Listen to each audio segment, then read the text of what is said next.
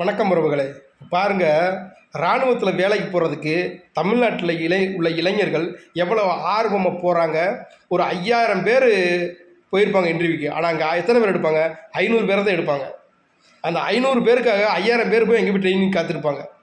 நம்ம பேர் வந்துருமா, நம்ம ட்ரெயினில் பாஸ் ஆகிருமா அப்படின்ட்டு. அப்படி ஆசைப்பட்டு அந்த வேலையில் சேர்ந்து இரவும் பகலும் அந்த பனியில் வெயிலில் அவங்க வேலை பார்த்து அவங்க குடும்பத்துக்கு கஷ்டப்பட்டு உழைச்சி என்ன சேர்ப்பாங்க? அதிகமாக சொத்து சேர்க்க முடியாது. ஒரு ஊரில் ஒரு கிராமத்தில் ஒரு வீடு கட்டி, அதுவும் சொந்தமாக வீடு கட்ட முடியாது. லோனுக்குன்னு பேங்கில் லோனுங்களும் போட்டு தான் வீடு கட்டுவாங்க. ஆனால் இந்த ஆட்சி அதிகாரம் எம்எல்ஏ எம்பிக்கு பதவிக்கு வர்றாங்க பாருங்க, படிக்காத ஆளுங்க. அப்போ ஒரு 5 வருஷம் ஏதாச்சும் ஒரு பதவியில் கவுன்சிலராகவோ பஞ்சாயத்து போர்டு தலைவராகவோ ஒரு எம்எல்ஏவோ இருந்தான்னு வச்சுக்கோங்க, கோடி கோடியாக சம்பாதிச்சிட்றான். எப்படி சம்பாதிக்கிறான்? யார் விட்டு காசு? எல்லாம் மக்களோட காசு. அப்போ யார் வரணும்? இளைஞர்கள் முன் வரணும்.